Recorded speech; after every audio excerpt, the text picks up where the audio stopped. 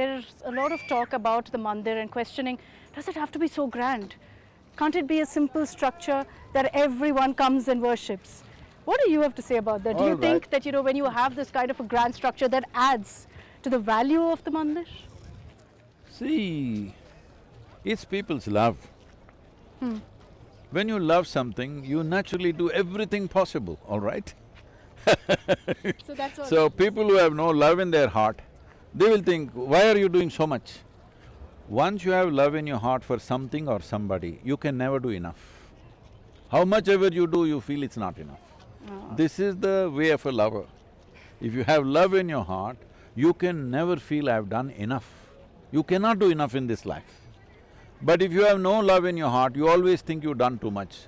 Unfortunate way to live. I can't have enough of your ashram. You've got a beautiful Naga shrine there. Shall we make our way there, Sadhguru? Sadhguru, with the beautiful Adi Yogi behind us, we're heading towards the Naga shrine. I'm sure it's absolutely beautiful. The backdrop is just amazing to see. And the love, of course, for you, we can see it here as well.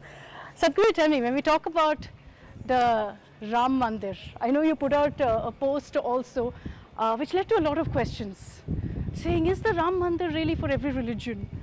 Or is it for Hindus? See, we must understand this.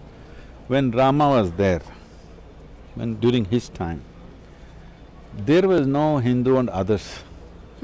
So, when he stood up, when he rose as a Maryada Purush or Purushottam, when he rose as a Purushottam, let's understand the terminology. Maryada means somebody who deserves respect. Purushottam means among the Purushas he is a Uttama. Supreme. Supreme is not the word, he's raised, he's risen. Okay. He's a Uttama. Like Uttama, Madhyama, Kanishta, three words, low, middle and high. So as a man can be at his best, he's at his best. Maryada Purushottam. So this is the fundamental significance of this civilization, that here people don't descend from somewhere. Here human beings rise. This is the most important thing we need to understand. We are trying to imitate what everybody says. In other places, somebody dropped down from somewhere. Here, now people who had normal birth, normal human being with all the issues and problems of life, they rose. They rose in such a way that people could almost not recognize them as human. So, the idea is, it's an inspiration for everybody to rise. Every human being should rise, it doesn't matter what they're identified with. Okay. But is the temple a Hindu temple? That's the question, because Hindus are saying that this is our temple, yes, everyone's welcome, yes, everyone can come and worship. No question. I'm not questioning whether it's Hindu or not. But as I've repeatedly been saying, we call ourselves Sanatana Dharma. Sanatana Dharma means eternal. Can something be eternal without being all-inclusive? How can something be eternal if it's not all-inclusive? It's simply out of question. So when we say Sanatan, we are also saying, people these days are repeating this Vasudevaka Kutumbakam, what it means is, it's naturally all-inclusive. Because in this culture, in the Hindu way of life, what you call as Hindu, there are people who will do daily idol worship.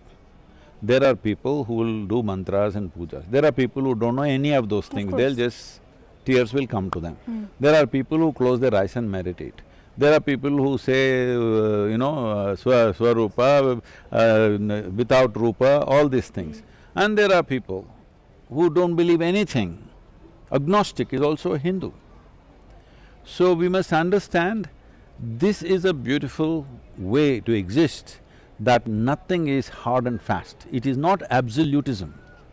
Okay. It is an evolutionary process. Today you may be one way. As your life experiences changes, in another 5 years you may be something totally different. You evolve. Yes. Yeah. Depends how profound your experience of life is. Accordingly, every human being evolves. So this is a method, a process and a pathway for everybody to evolve. What you think you are today may not be true tomorrow. Yes? Sure. So this is not absolutism, that is the most important thing. That Sanatana Dharma is not absolutist, this is the way.